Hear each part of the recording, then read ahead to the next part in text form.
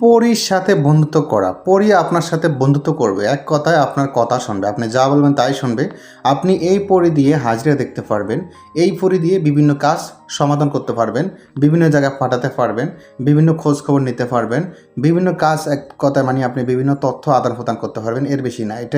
এটা দিয়ে আপনি কোনো ভারী বস্তু তুলতে পারবেন না। জাস্ট বিভিন্ন কথা আদান-প্রদান করাতে পারবেন। বিভিন্ন তথ্য আনতে পারবেন। হাজিরা দেখতে পারবেন। এইসব বিষয়ে কাজ করাতে পারবেন। ঠিক আছে? আর এই পরীর সাথে কোনো লোভনীয় কাজ করা যাবে না। লোভনীয় বলতে আমি বলি, যেমন বলতে পারো না যে তুমি আমাকে লক্ষ লক্ষ টাকা দাও, ব্যাংক বিভিন্ন জিনিস লুটপাট করে এনে দাও, খারাপ কিছু করে, এরকম কিছু করলে কিন্তু পরীটা চলে যাবে। ঠিক আছে? জাস্ট এটা ভালো কাজ করতে পারবেন। চলুন, এটা কীভাবে করতে হবে আমি বিস্তারিত আপনাদের বলতেছি, একটু মন দিয়ে শুনুন। এটা কিন্তু 100% কাজ হবে। হ্যাঁ, এটা সাধারণ কোনো মন্ত্র না, এটা হলো পরীর সাথে বন্ধুত্ব করা মন্ত্র। চলুন আগে মন্ত্রটা বলি, তারপর বলবো এই মন্ত্রের নিয়ম কারণ গোপনীয়তা বিচারে সব কিছু। ঠিক আছে? এটা পরী হাজির করা বা পরীর সাথে বন্ধুত্ব করা একটা পরীক্ষিত মন্ত্র। চলুন আমরা আগে মন্ত্রটা পড়ি। হ্যাঁ, তারপর বলবো এটা নিয়মকানুন গোপনভেদ বিস্তারিত সব কিছু বলে দেবো। ঠিক আছে? যে কেউ করতে পারে, এটা সমস্যা নেই। ঠিক আছে? মন্ত্র হলো মিতালি শিন মান্তু মাতু শিন আজরিন হুর হাজিরান শিন শিন ইয়া শিন সুলাইমান বাদশাহ পয়গম্বর কি দোহাই শিন হাজির শাহ হাজির শাহ হাজির শাহ। এই লাস্টে হাজির শাহ এটা 3বার পড়তে হবে। হ্যাঁ, তো অনেকের বুঝতে অসুবিধা হতে পারে, তো আপনাদের বোঝার সুবিধাতে আমি আবার বলতেছি, মন্ত্রটা শোনেন। মিতালি শিন মান্তু মাতু শিন আজরিন হুর হাজির শিন শিন ইয়া শিন সুলেমান বাদশাহ পয়গম্বর কি দোহাই শিন হাজির শাহ হাজির শাহ হাজির শাহ। এইটা 3বার পড়েন আপনি। হ্যাঁ, মানে লাস্টবার পড়বেন 3বার। তো এই মন্ত্রটা আপনারা আগে কী করবেন, এই মন্ত্রটা আগে আপনারা শনি মঙ্গলবার নিরামিষ খেয়ে মন্ত্র আগে মুখস্থ করতে হবে। এটা স্বয়ংসিদ্ধ মন্ত্র। এটা কোনো মানে এক কথা আবার একটা কথা, মুখস্থ করতে গেলে শরীরটা একটু বন্ধ করে নেবেন, কারণ যাদের রাশি ফাতলা তাদের শরীরে কিন্তু এই পরীটা অটোমেটিক ভর উঠে যাবে। হ্যাঁ, আর যারা তুলা রাশি তারা তো সাথে সাথে এটা তাদের গায়ে পরীটা ভর হয়ে যাবে। এক কথা পরীটা তাদের শরীরে সাথে সাথে উঠে যাবে। আর যাদের রাশি ভার তারা অবশ্যই সাধনাটা করতে হবে। এই নিয়মকানুন বলতেছি, মন দিয়ে শুনবেন। আর হ্যাঁ, আবারও বলতেছি, যাদের রাশি পাতলা বা যাদের সাথে জিন ফড়ি আসর আছে তাদের শরীরে কিন্তু এই ফড়িটা সাথে সাথে বড় হয়ে যাবে, তাই শরীরটা বন্ধ করে নেবেন। ঠিক আছে?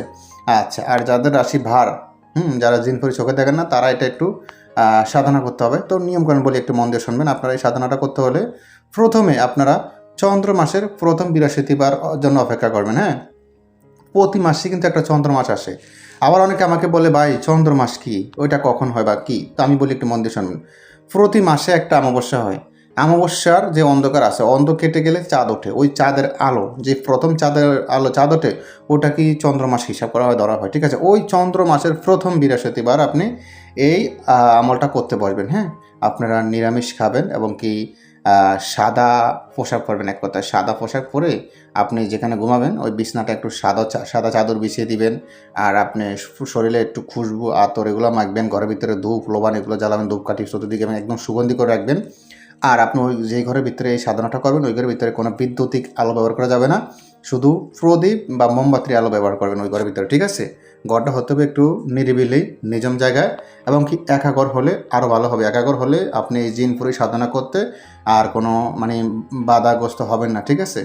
তো প্রথম কথা হলো শরীর বন্ধ করে এই কাজগুলো করবেন। তো আপনি প্রথম কথা হলো, আপনি এটা করতে হলে আপনার আলাদা ঘর নিতে হবে। হ্যাঁ, আলাদা একটা ঘরের ভিতরে আপনি সাধনাটা আমলটা করতে হবে। নিরিবিলি আলাদা একটা রুম, আলাদা ঘরের ভিতরে আপনি পশ্চিম দিকে মুখ করে একটা জায়নামাজ বিছাবেন। জায়নামাজ তো সাদা হতে হবে। ওই জায়নামাজ বিছিয়ে জায়নামাজের উপরে আপনি সুন্দর মতো পশ্চিম দিকে মুখ করে বসে যাবেন।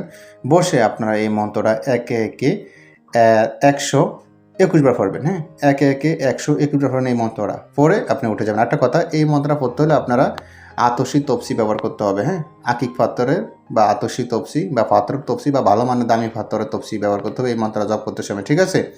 তো যে কোনো জায়গা থেকে একটা ভালো মানের তপসি কিনে নেবেন, বিভিন্ন বাজারে পাওয়া যায়, তবে 1 নম্বরটা কিনে চেষ্টা করবেন। তো আকিক পাত্রের আতসী তপসি দিয়ে আপনারা হিসাব রাখবেন। হ্যাঁ, আতসী তপসি দিয়ে আপনারা হিসাব রাখবেন।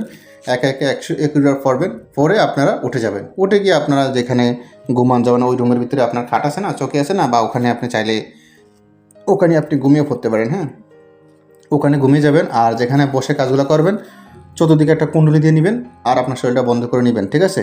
এই মিলে আপনারা বেশি না 140 দিন করবেন টানা, হ্যাঁ? এই একই নিয়মে 140 দিন করতে হবে আর নিরামিষ খেতে হবে, ঠিক আছে? নিরামিষ খাবেন, ফরহেজ পালন করবেন, আপনার খানা আপনি ফাঁক করবেন, আপনার খানা যাতে কেউ ফাঁক না করে, ঠিক আছে? আপনার খানা আপনি নিজে ফাঁক করেন, আপনার কাগজ আপনি নিজে দিবেন, ধুইয়া এই যে নিয়মকানুন বলছি, নিয়মকানুনগুলো মাইনে কষ্ট সাধ্য করে যদি আপনি এটা করতে পারেন 1000% গ্যারান্টি ওই পরই আপনার কথা মানে আপনার কথা মতো হাজির হয়ে যাবে, ওই পরই আপনার কথা শুনতে বাধ্য হয়ে যাবে। এক কথা ওই পরে দিয়ে আপনার সমস্ত কাজ করাইতে পারবেন, শুধু ওজনীয় কাম ও খারাপ কাম করা যাবে না, আর যাবতীয় সব কাজই ওনার মাধ্যমে আপনি হাসিল করতে পারবেন, জানতে পারবেন, খবর নিতে পারেন, এই ঠিক আছে?